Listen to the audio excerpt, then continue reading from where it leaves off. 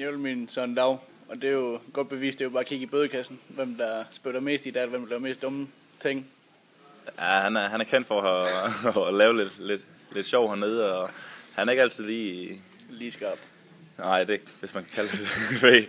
Trænerne efter en gang imellem, fordi han ikke møder til tiden og laver lidt selviske beslutninger og ting og sådan noget, så den tager han helt ret den til.